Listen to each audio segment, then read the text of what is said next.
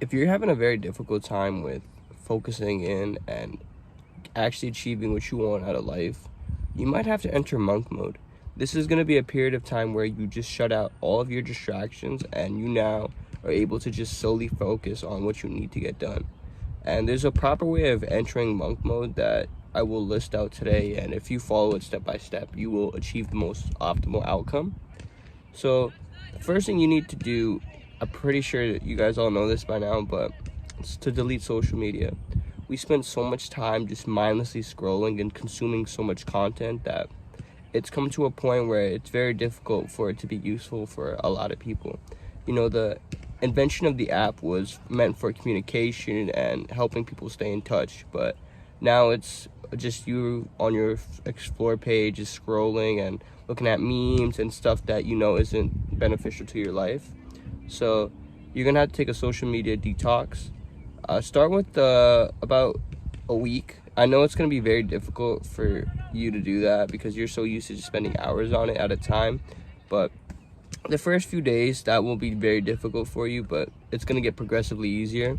And after that week, if you really do still feel the need to go on it, then I mean go on it for about like 10-15 minutes. Set a timer on your phone. You can actually have app limits and you can set that timer for that amount, and that way, you know, you get to see if you really did miss out on anything, which I completely doubt it. You know, it's so much harder for the younger people, like college and high school, because they're always so filled with the idea of FOMO in the back of their mind. They're always thinking like, oh, I don't want to miss out on this event, like I don't want to miss out hanging out here, or I don't want to miss the party. Partying is a big one, and it's like parties are cool, but if you miss out on one party, is that really the end of the world?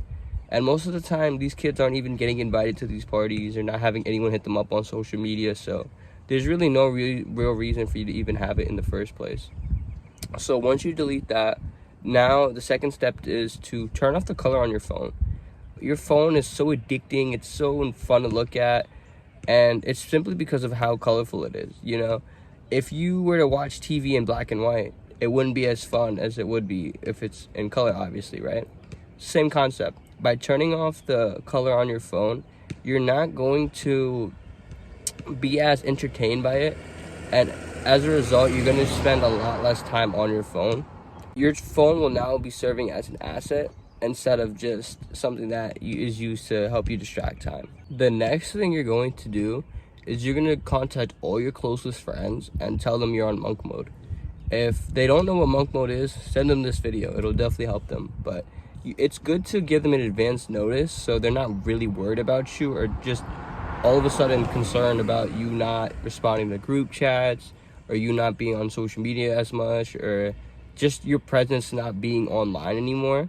It's gonna cause some issues for a lot of people. They'll get concerned, wonder what happened, and if you're not accustomed to talking to these people in person or through the cell phone or iMessages or whatever, they might feel like you don't like them anymore, and the fact that you're not contacting them or replying to the memes they sent you, it's definitely gonna hurt your relationship with them. But by now, you should have everybody you do care about. You should have all of their phone numbers. People you care about, I'm sure you have their number by now. So that's definitely something that, in case you don't have certain people's numbers, just get their numbers before you delete social media. So that's another huge thing. All the people that you do talk to on a regular basis or consistently, it should be through phone numbers. Your friends will be more understanding now that you gave them a heads up, and they're not gonna bug you unless they really need to help you. So now you have even more time to just allocate to your goals and not worry about your friends leaving you or your friends like having some sort of grudge. Because in my past experience, I went on monk mode and I didn't tell some of my friends, right?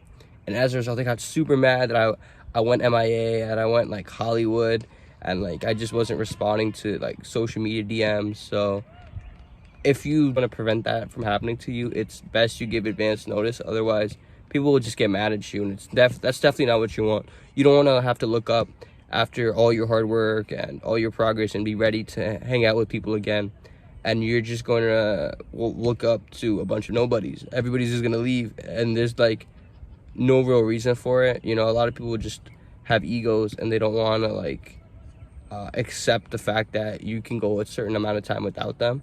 So, you know, it's gonna happen. Eventually people will like get mad at you for it, I guess. But if people do get mad at you for working on yourself and going into monk mode, they're not your true friends. Number 3, have a set routine that you can follow. A lot of people have these super outlandish routines that they can't stick to. And if you're not consistent with your routine or your ability to get in a state of flow, it's going to be very difficult for you to be progressive during monk mode. You're honestly just going to be wasting your time, and you might even find alternative distractions aside from like social media to spend your time on, and that's definitely not what you want. You want to be able to use this time adequately so you can achieve the goals that you've been slacking on. You know, a lot of us have goals that we've been trying to achieve for years, but we haven't seen any progress in it simply because we've been too distracted and we just haven't been giving it the proper time and dedication that it needs. So now you have that time and you have to implement it correctly. Figure out a routine or a set schedule that will help you do that you can stick to. Because if you're not consistent during this time period, if you're one of those people that can only just try hard for a week and then just give up, monk mode is not for you. You need to completely lock in this entire duration. Otherwise, it is a waste of time and it's not going to help you in the long run. All you're going to do is feel like you wasted your time. But the cutting out of the distractions is meant to help you instead of just giving you extra time to spend on nothing. Use that time wisely and you will finish monk mode correctly. Your social skills will dwindle a little bit because you're not talking to as many people as you used to, but it's only a temporary flaw because once you're out of monk mode and you're able to talk to people and you have your stuff together now, you're gonna be even more confident in yourself and you're gonna want to express yourself to other people and just interact with other successful individuals. So don't worry too much about your social skills not being where you want right now. Just after monk mode is over, be sure to work on your social skills then and improve it and just communicate with a bunch of people.